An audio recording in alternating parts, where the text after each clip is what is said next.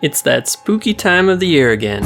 Just because everyone's stuck inside doesn't mean you can't enjoy the Halloween season. I mean, horror games and movies are basically the lifeblood of the genre nowadays anyways. If you've watched the channel for a while, you probably already know that I'm big into horror games. I've done tons of small videos on little indie horror games that have come out, and even that big analysis video on the PS1 indie horror revival that we're seeing so much of lately. I've even developed a couple horror games myself, and I'm working on a new one right now. So it only made sense to take advantage of this opportunity to jump back into some of the horror classics that deserve a closer look. This time around, I'll be taking a look at one of the most widely acclaimed action horror games of all time, Resident Evil 4.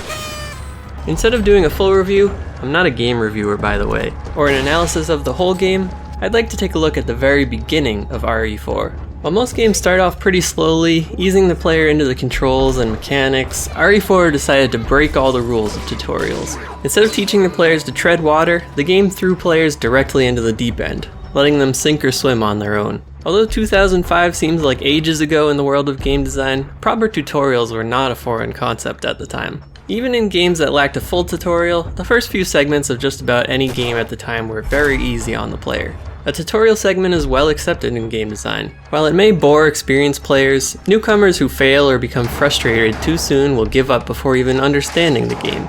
The largest amount of player drop-off happens in just about the first 2 hours. This is a critical time window for a game to hook or lose a player, right in line with things like Steam's refund system. For this reason, many games are very risk-averse in the beginning. On the other hand, RE4 turns this notion on its head, leaning fully into its horror roots. That's what makes the introductory segments of RE4 so radically different from other games at the time. It's worth pointing out that RE4 released in 2005, and the Souls games, also known for their tough intros, didn't start until 4 years later. While it certainly wasn't the first game to do this, it was a very bold move at the time. If you haven't played it, or it's been a while, I'll give you a quick breakdown of the beginning of RE4. Upon arriving at the outskirts of this rural town in Spain, the game offers a single linear path towards a decayed farmhouse. Inside, Leon, the main character, attempts to talk to a resident, who then immediately attacks him. This happens in a short cutscene, before giving the player control with a hostile enemy about 5 feet in front of them. At this point, the game has taught you basically nothing. All you really had to do to get here is walk down a path and enter a house. In this time, the players will be battling with the rigid tank controls and the requirement to hold aim before actually shooting a weapon. Players of previous entries will understand these systems, but new players will often fumble with the controls when met with this first stressful encounter. Unless the player knows what to do beforehand, they're gonna get grabbed. Upon being grabbed, they'll be faced with a huge on-screen prompt to mash some buttons to break the grab. From there, they'll have to fumble with the controls again to either shoot down the enemy or turn around and run away. Outside the house, another small group of enemies will be waiting for the player. Almost immediately after dealing with the first enemy, the game puts the player into a 3-on-1 scenario.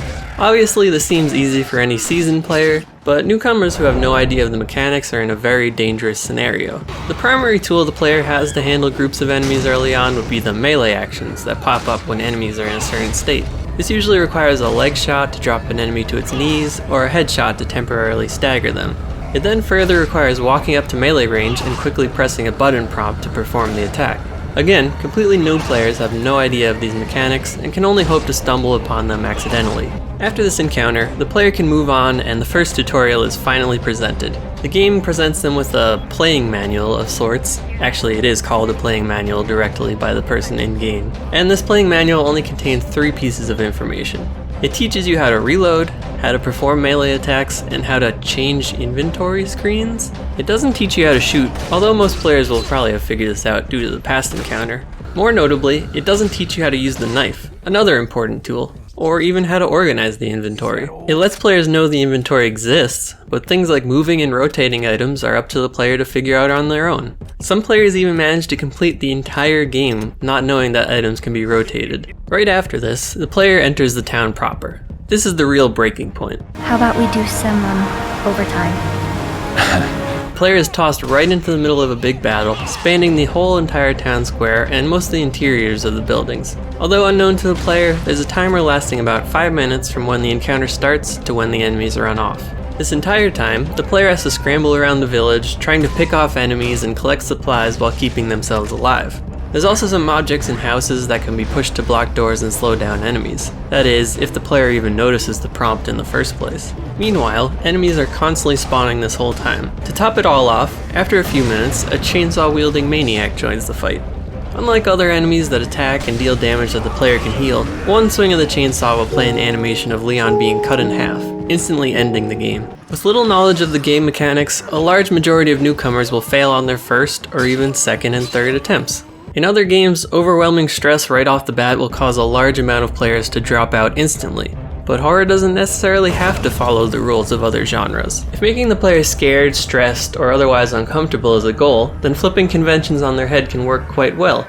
Disempowerment is a huge theme in horror, though it's pretty rare to see in other genres. Some players will still give up and drop out before completing RE4's challenging intro, but those that stick around are now in the right mindset for the curveballs that lie ahead. As the old saying goes, expect the unexpected is a pretty good takeaway from the intro to this game. And boy does this game have some wild, unexpected stuff. From tunnel boring machines in the walls of a castle, to giant killer statues, to some of the laziest attempts at a Brooklyn accent. My name's Mike. You're looking for firepower, you come to the right place. RE4 is a timeless classic. But you probably don't need me to tell you that. RE4 is fondly remembered for countless reasons, and a strong no quarters intro is just another check on a long list. Of all the stressful, weird, or just plain goofy moments in RE4, what was your favorite? I love reading your opinions, so feel free to drop a line in the comments. Personally, I still love the ridiculous idea of having those guys bricked into a wall with their giant machine, just waiting for Leon to show up. I mean, I could do an entire video just questioning what's going on here. Anyways, I hope everyone's enjoying the spooky season, or whatever time of year it is when you're seeing this video. If you want to help support the channel, I'd really appreciate it if you'd subscribe or checked out some other videos. While we're on the topic of Halloween, my video on the PS1 indie horror revival is pretty relevant for the season. I'll leave a link to that for those who are interested. Until next time everyone, stay spooky. Ashley! Where are ya?